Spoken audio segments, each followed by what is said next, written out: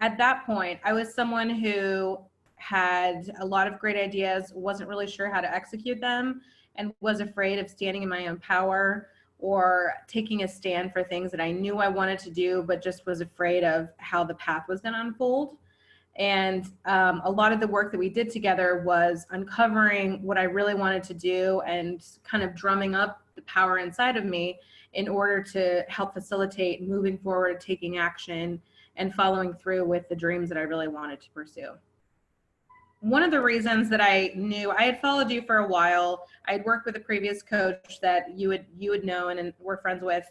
So I kind of knew the work that you did, and I really admired it. And I knew that the next step in my business, I really needed someone who had kind of the business acumen and had kind of paved the trail, so to say, before me, to really help show me how to let go of my limiting beliefs and really move forward with the things that I wanted to do.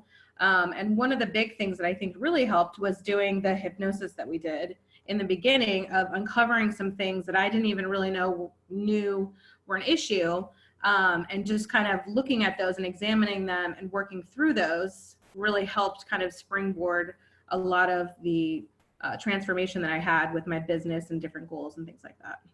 So my experience was really positive. I really liked how organized everything was. I liked how we always got notifications of things, how, times of our calls and things like that were already predetermined. That was something that I had had with previous coaches, but I really liked the follow through and follow up that we had. And it really just helped me focus and move forward on the things that I needed to accomplish, but it also gave and made a safe container, I think, in order for us to kind of expose ourselves and really examine the truths that maybe are uncomfortable. While I want to say a lot of the growth was really good, it's also uncomfortable. And so I think a lot of entrepreneurs and even business owners don't want to look at those things that are uncomfortable. It's easier to sweep under the rug. So it was a really positive environment where I could show up and just say, I'm not in a great space. How do I get through this? And, with your support and the other women in the group or people in the group, we were able to kind of figure out how to do it rather than, just kind of put a Band-Aid on it and move forward. So I think that was one thing that was really helpful. The me I am today, I think, is more self-assured and capable of being visible, capable of making decisions without feeling like I'm upsetting someone or making the wrong choice.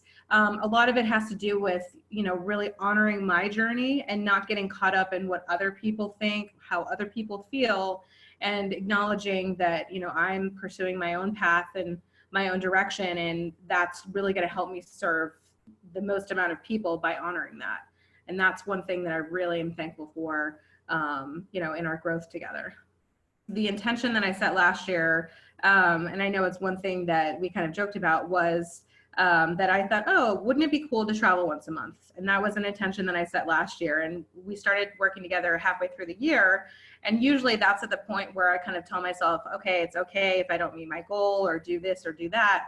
And I actually did follow through with it. And for me, that's really a space that helps me be the best version of myself in business and in my personal life. And so that was one thing that I was able to, really show up and say, no, I can do this and, hit these goals and meet these goals. And I think professionally too, I think it was just acknowledging the work that we were doing, and, obviously celebrating the successes, but then also learning from the things that we could have done differently, but not beating myself up on it. Part of my business is working with my parents, and there's a lot of baggage, great things and not so great things that go along with that.